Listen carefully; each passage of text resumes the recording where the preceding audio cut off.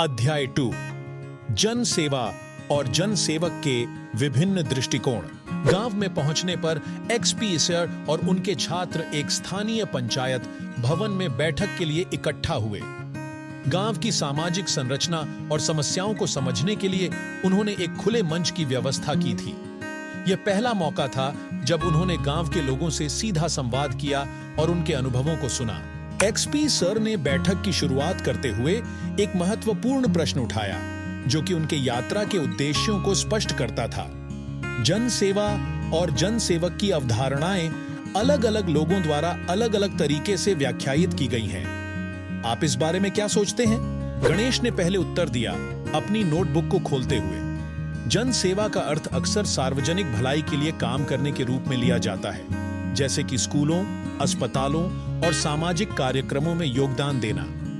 लेकिन एक जन सेवक जो इन सेवाओं का प्रबंधन और संचालन करता है, उसे केवल कर्मचारियों या अधिकारियों के रूप में नहीं देखा जाना चाहिए, बल्कि एक ऐसा व्यक्ति होना चाहिए जो समाज के लिए एक प्रेरणा हो और जो अपने कार्यों के माध्यम से समाज की समस्याओं को सुलझाने में योगदान दे। गायत्री ने ध्यानपूर्वक सुना और अपनी राय साझा की। मैं मानती हूं कि जन सेवा और जन सेवक की अवधारणा एक दर्पण की तरह होती है। जन सेवा का उद्देश्य समाज के विभिन्न वर्गों की समस्याओं को हल करना है, जबकि जन सेवक वह व्यक्ति है जो इन समस्याओं को हल करने के लिए जिम्मेदार होता है। विभिन्न लोगों की सोच इन अवधारणाओं को प्रभावित करती है।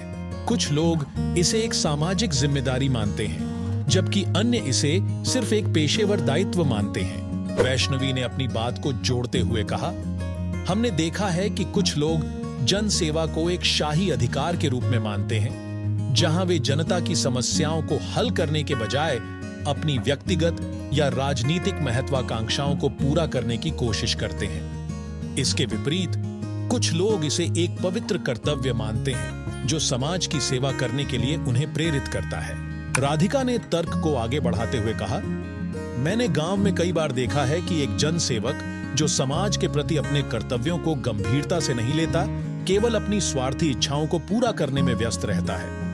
ऐसे लोग जन सेवा की अवधारणा को पूरी तरह से गलत समझते हैं। जन सेवा का असली मतलब लोगों की भलाई में योगदान देना है, न कि व्यक्तिगत लाभ के लिए इस्तेमाल करना। रोहिणी ने मामले को पेशेवर दृष्टिकोण से देखा। जन सेवक की भूमिका और जिम्मेदारियां भी बदलती हैं। कुछ लोग इसे सिर्फ एक नौकरी मानते हैं, जबकि अन्य इसे एक जीवन का मिशन मानते हैं। जब जन सेवक केवल अपने पेशेवर कर्तव्यों का पालन करता है, तो वह जन सेवा की सच्चाई को खो देता है। इसलिए जन सेवक को अपनी भूमिका को समझते हुए समाज के प्रति ईमानदार होना चाहिए। पूर्वा ने प्रायोगिक दृष्टिकोण से विचार किया। हमारे अध्ययन में यह देखा गया है कि जन सेवा का वास्तविक मतलब केवल सुविधाएं प्रदान करना नहीं है, बल्कि यह सुनिश्चित करना भी है कि ये सेवाएं प्रभावी ढंग से लोगों तक पहुंचें। एक जन सेवक का काम केवल सेवाएं प्रदान करना नहीं है, बल्कि यह भी सुनिश्चित करना है कि ये सेवाएं समाज की वास्तविक जरूरतों को पूरा करती हैं। श्वेता ने अपनी क्रिएटिव सोच से एक उदाहरण साझा किया।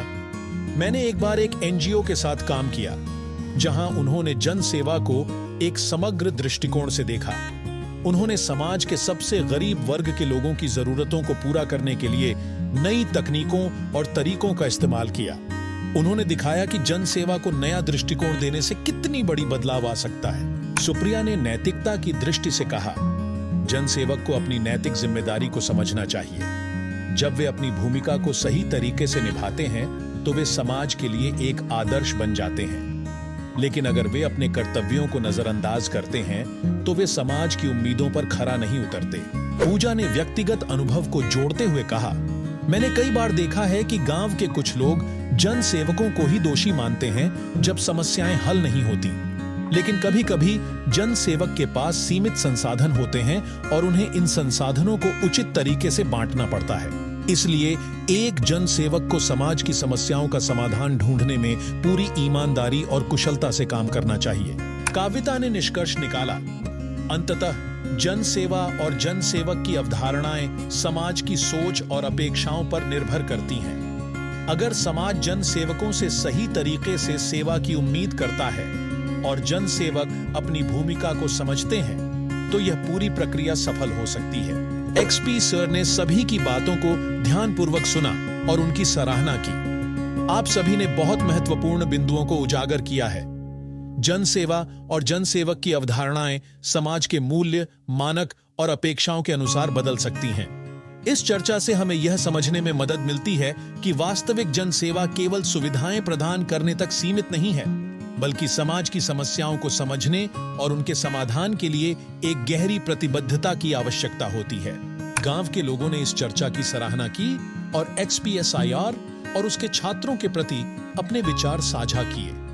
यह पहला अनुभव था जो उनके यात्रा की दिशा को स्पष्ट करता था और उन्हें अगले चरणों के लिए प्रेरित करता था। जैसे ही बैठक समाप्त हुई, सभी 11 ने अगले गंतव्य की ओर बढ़ने के लिए तैयारियों में जुट गए। उनकी यात्रा की शुरुआत ने उन्हें यह सिखाया कि जनसेवा और जनसेवक की अवधारणाएं समाज के विभिन्न हिस्सों में किस प्रकार बदलती हैं और कैसे ये अवधारणाएं उनके कार्यों और जिम्मेदारियों को प्रभावित करती हैं।